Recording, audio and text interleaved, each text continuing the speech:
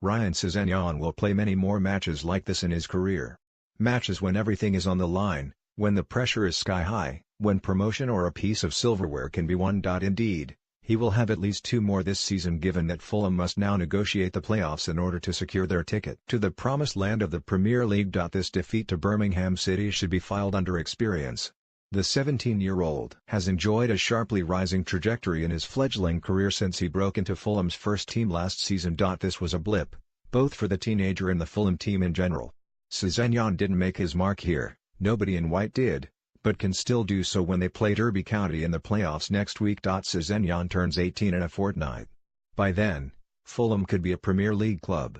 In the meantime, he still has a wonderful opportunity to boost his rising stock further. With Football Association Technical Director Dan Ashworth an interested spectator at St Andrews, Sessegnon wasn't able to inspire Fulham to victory as he has done at other times in a season of 15 goals and 6 assists. It didn't help that Matt Targett, the man who takes care of the defensive responsibility behind him at left back, had to go off at half-time, forcing Sessegnon to drop back into defense just when Fulham needed his thrust. This was an off day, but it won't be judged in isolation. Not by those who have the power to make Sessegnon a wild-card pick for England at the World Cup this summer, nor his legions of admirers at football's elite clubs. It remains to be seen whether Tottenham or Manchester United, the 2 clubs leading the chase, can manage to tempt Fulham into selling this summer. And it remains to be seen whether Fulham will be a Premier League or a Championship side in August. Hopefully, Sessegnon will have a say in both once the disappointment of this loss fades. The performance was distinctly un-Fulham-like. All the merit they have accumulated over the course of a stunning 23-match unbeaten run ebbed away in the face of a Birmingham onslaught.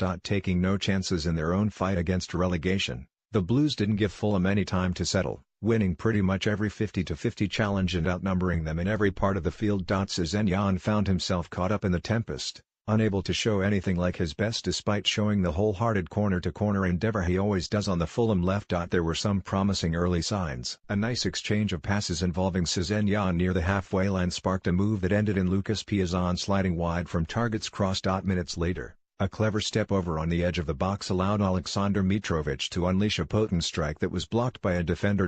But once Lucas Jutkiewicz had opened the scoring for Birmingham on the quarter hour, Sessegnon, like many of his teammates, seemed to retreat from the sky-high standards they have produced over 5 months. Though the teenager pushed further inside of Targett into a more advanced position, he was exceedingly well marshalled by Birmingham right-back Wes Harding. The 2 of them had a foot race at one point, chasing a hopeful punt into the corner, and though Sessegnon is no slouch, he was comfortably outpaced by 21-year-old Harding. That prompted loud cheers from the St Andrews regulars, as did an untimely slip inside the box when Mitrovic managed to slip him into a pocket of space. Trouble was, such openings were rare things.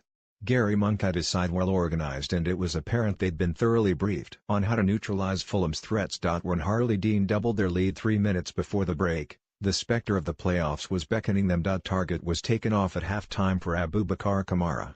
Pre-match worries about an injury coming to the surface, and Sessegnon slipped back to left back. Not that Sessegnon's point of reference on the field changed at all. He was still required to push on as much as possible as Fulham tried to mount a siege. But, for whatever reason, it wasn't clicking. Ryan Fredericks curled across straight out of play, before the right back dragged an effort wide. Mitrovic challenged David Stockdale for the ball in the air, to no avail. The resignation was evident in the final half-hour as Birmingham looked the more likely to score again. Sessegnon hovered around the halfway line but didn't receive the service to push on. With 6 minutes left, Tom Kearney did have the deficit but it proved false hope as Che Adams added Birmingham's third late on. Fulham will have to find some momentum from somewhere. As they discovered in defeat to Reading in last season's semi-finals, they are a cruel mistress and history can easily repeat itself.